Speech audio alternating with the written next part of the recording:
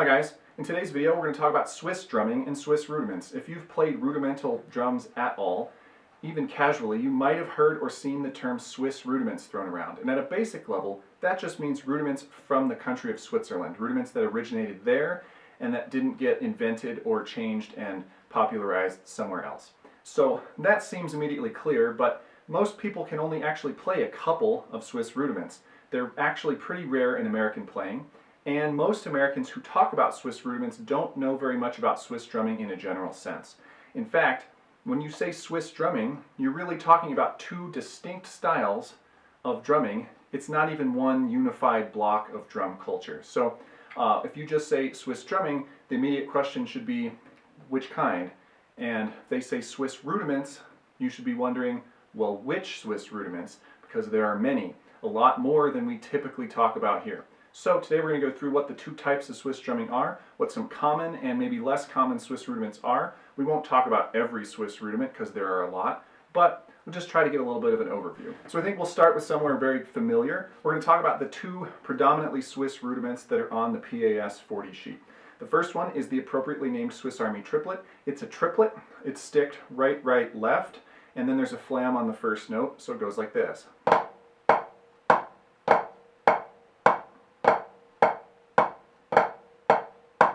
Sort of says its name, Swiss Army, Swiss Army. And it is, in fact, really quite well named. Even in Switzerland, it's called the Ordonnanz triola, which just means the military triplet, give or take. So our name is pretty good for it. The other one is the single flammed mill, which is a backwards paradiddle, which is still a paradiddle, but in this case we can call it a mill stroke. And it has a flam at the beginning. It goes like this.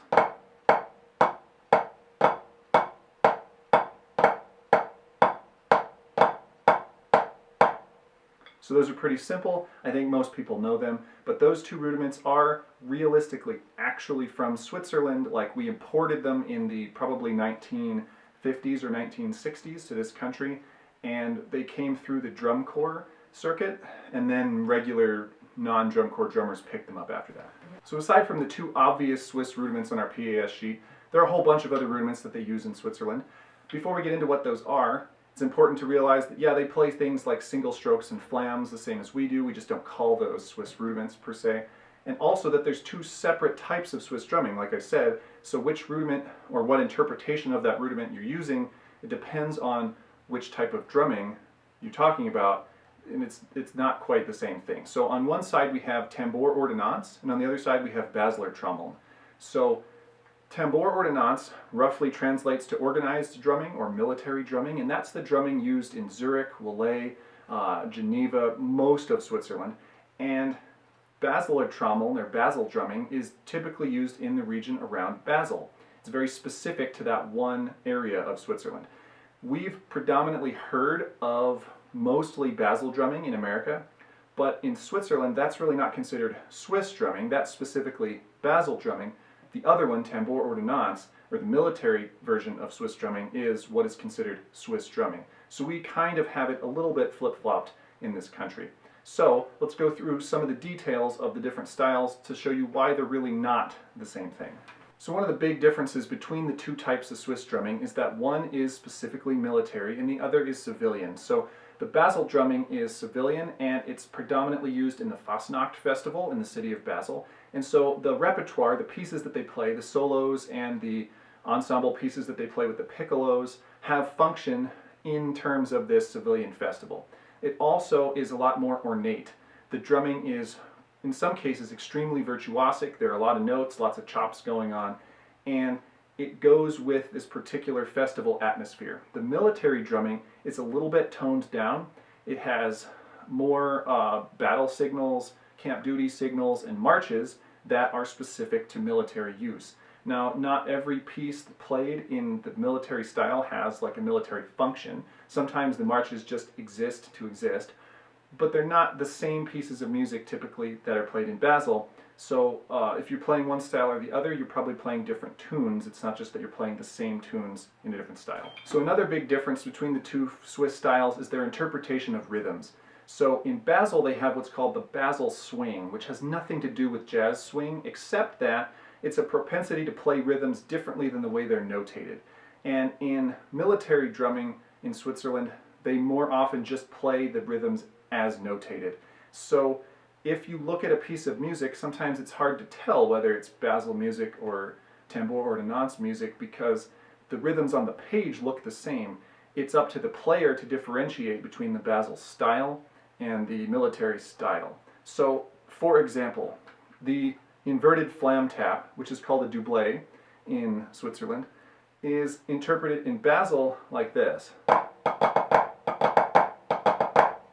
It's basically 4 notes that we would interpret in America as being 16th notes, and in Basel they chop them up and they fit them into a quintuplet grid, more or less. In the same way that a swing drummer looks at regular 8th notes and plays triplets, the Basel drummer looks at 16th notes and plays broken quintuplets. The same thing in the military style would be straight, it'd be as written 16th notes. This quintuplet propensity also comes up in the most famous Swiss rudiment, I think, the Swiss Army triplet. The Swiss military plays it the same way we would play in the United States. Straight triplets as written. A Basel drummer would sometimes look at those same triplets and play something like, where it's sort of a quintuplet grid. There's a grouping at the beginning and the 3rd note is delayed, and it doesn't really sound like a triplet at all. That's the swing, and that's a major difference between the styles. So if you looked at 2 pieces of music today, one that was military and one that was Basel, you'd have a hard time telling them apart, unless you heard them played and you could hear that interpretation we just talked about. This wasn't always the case though. If you go back into history before the 1920s, Basel music was almost never written with musical notes, and military music almost always was. So if you go back almost even 250 years, military music was using 8th notes and quarter notes and standardized symbols. And Basel music was using what they called hieroglyphics, or I guess other people have applied the term hieroglyphics to it. It's a system of lines, dots, squiggles, numbers, nothing that looks like a musical note. That's how they would basically convey their pieces to one another. This changed in the 1920s with a guy named Fritz Berger, who basically took the military system and he modified it just slightly to notate some of the quirks of Basel drumming. You could argue how well that actually worked, but at least they started using notes at all. And today the 2 styles have kind of merged into a very similar type of notation. But that is a major difference if you look at historical pieces or manuals for the 2 different styles. It's immediately clear one's notes, the military, and one's something else, that's Basel. So the last really big difference between the 2 styles is the rudiments actually used. The military style uses something like 32 different rudiments in all of its history. Never that many at one time, but if you just add everything up that they've ever done, it's something like 32 rudiments. If you do the same thing to Basel drumming, the number comes out to more like 49. So almost 50 rudiments versus about 30 rudiments. And that roughly 20 rudiment discrepancy is Basel uses basically all 30 of the Swiss military rudiments plus 20 others. Now at any given time, of course, any group of Basel drummers or Swiss military drummers is probably using less than that total amount.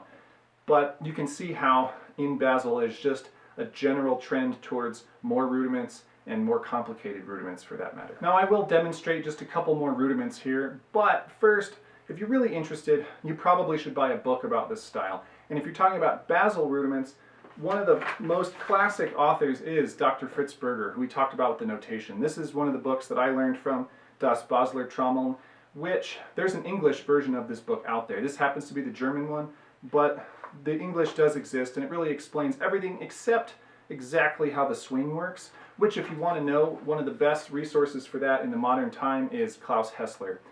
He's got some articles that discuss it. If you want to look at military style drumming in Switzerland, there's really nothing you can get in English, and there never has been, which kind of sucks. Like, you get Berger translated, but until now, you never could get anything in English. I have come up with an original translation of Tambour-Ordonnanz from 1917, or in French, Ordonnance pour les tambours.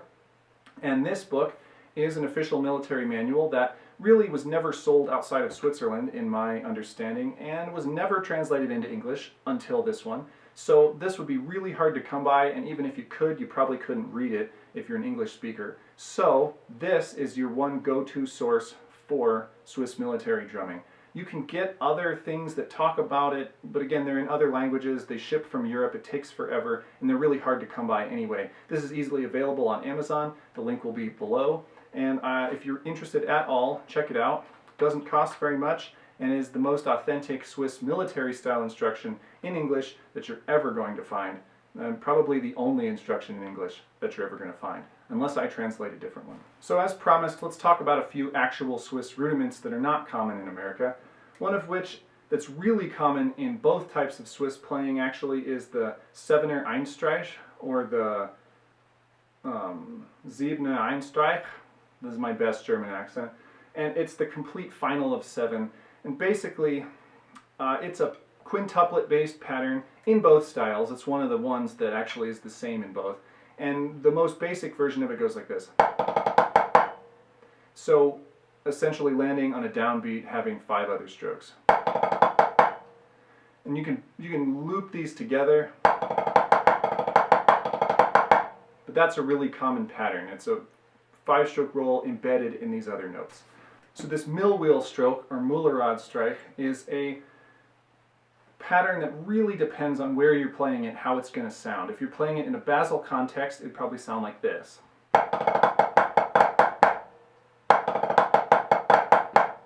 If you're playing it in a military context, it'd probably sound like this.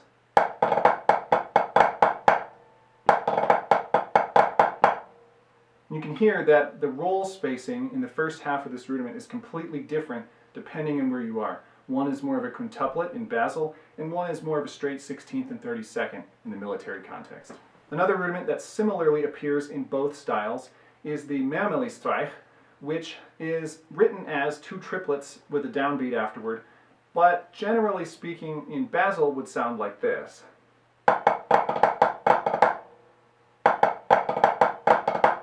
Where it's a broken quintuplet. And in the military tradition, the same rudiment would sound like this.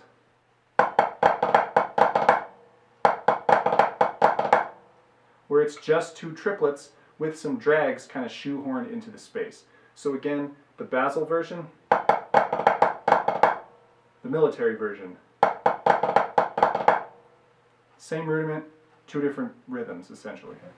Both styles of Swiss drumming also share a lot in common with ancient American and British drumming in that they have a rudiment called the Einfache Tagwachtstreich, which is basically the single Tagwacht, which is the same as our single drag. Then they have the Doppelte Tagwachtstreich, or the double Tagwacht, which is the same as our double drag here. So that's the way that they would play it in both styles, more or less. And that's the way that the French would play it, and that's the way that the British would play it in the old days, and the way that Americans used to play it before we came up with our PAS weirdness. But that's actually probably sounds more familiar to most people, but that's really the weird one out of this whole group.